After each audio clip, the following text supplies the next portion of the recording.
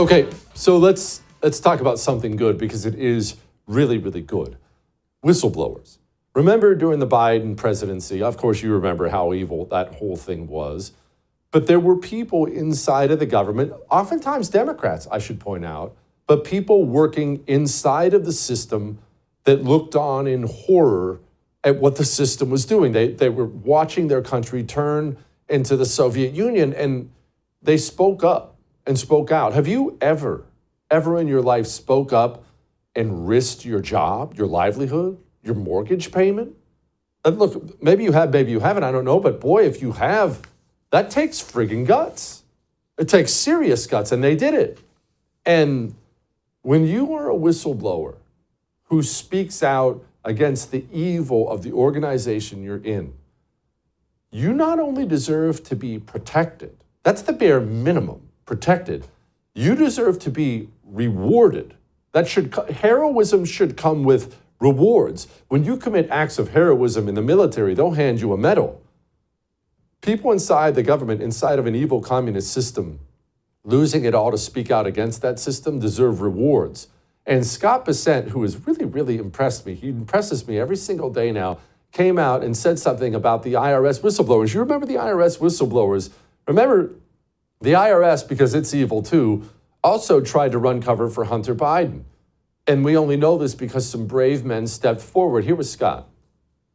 The culture of being able to come forward when you see wrongdoing is a central part of our democracy. I saw these two fellows before the president's address to Congress in Speaker Johnson's office. They came over to me and said, you know, sir, we're still being harassed. So I went and decided I would bring them into Treasury, give them a year to investigate the wrongdoing that's going on at the IRS, and then they will go back in. Mr. Shapley will serve as the senior deputy for investigations and enforcement. So we'll have them in Treasury. We'll learn what's been going on at the IRS, what's been wrong, how could this Hunter Biden nonsense have happened, and we're going to make sure it doesn't happen to anyone again. That's wonderful. And good for Scott Bessent and good for the Trump administration for not only making these two brave people whole, for giving them a reward. And that brings me to another part of this, something I'm not yet willing to declare a problem, but believe me, I'm getting close to declaring it a problem. We didn't just have brave IRS whistleblowers during the Biden administration.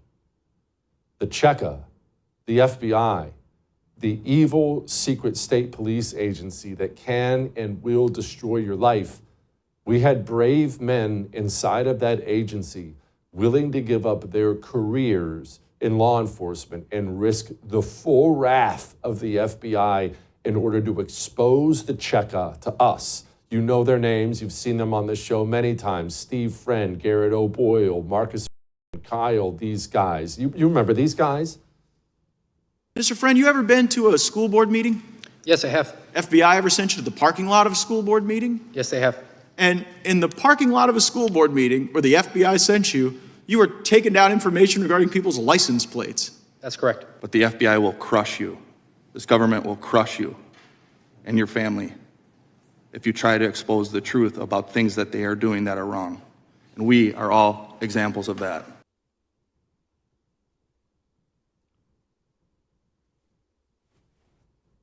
Where are their rewards?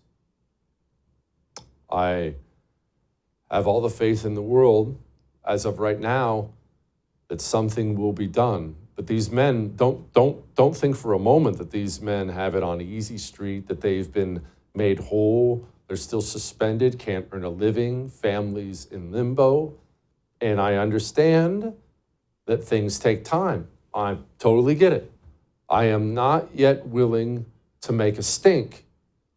But these men are heroes who spoke out on your behalf, on my behalf, under an evil, evil presidency. And they have paid dear prices. All of them have paid dear prices for speaking out.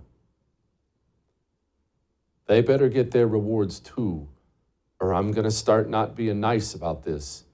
I'm going to be patient, and I'm going to have faith because I don't know Kash Patel, but everyone I do know who knows him says this is a good man who's going to do a good thing.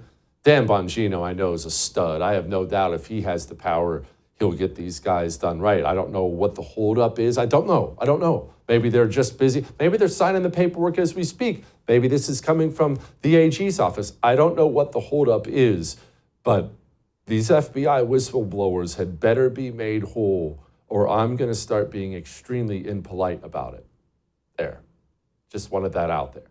Now, finally, speaking of impolite, we elected Donald Trump as president, and I'm glad we did. And as we talked about many times before, we have 1,000 battles to fight to save the country. The battle for the presidency is simply one of those battles. It's an important one, but it's one of those battles. And we won that one, and it's good. But electing Donald Trump as president of the United States of America didn't cure the terminal cancer we have as a nation, the cancer of Marxism that has infected every single part of our country. It's in our bones. It bought us some time. So that brings us to the courts and everything we're seeing now. The courts, these lower courts, and just off the top of my head, they've ruled that all the corrupt U.S. aid money has to keep flowing. They've ruled that we have to return rapists and murderers, illegals back to our shores. They've ruled that we have to keep trannies in the military. The Trump administration is trying to save this country from the evils of communism, and the lower court judges, without the proper authority, are stopping it.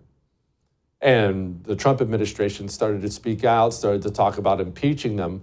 And the big cheese on the Supreme Court, John Roberts, came out and said this: for more than 2 centuries, it has been established that impeachment is not an appropriate response to disagreement concerning a judicial decision. The normal appellate review process exists for that purpose. John Roberts is pointing his lectures in the wrong direction.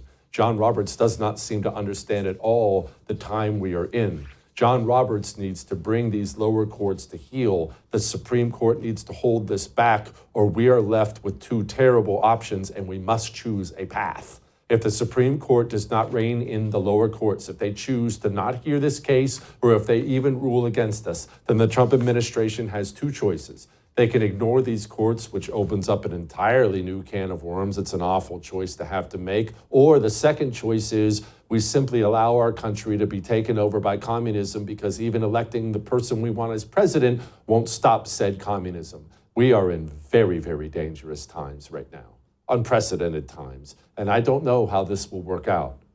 But don't you for a second think that everything is cured and all is hunky-dory because Donald Trump's portrait now hangs in the White House. We are in dangerous times. All that may have made you uncomfortable, but I am right. I would thank you for coming to my YouTube channel, but I know how brilliant it is, and I know you love it here. So subscribe and watch. We're going to start really ramping things up and putting some funny stuff, some interesting stuff out there, some collaborations. Either way, my YouTube channel is officially the place to be. So stick around.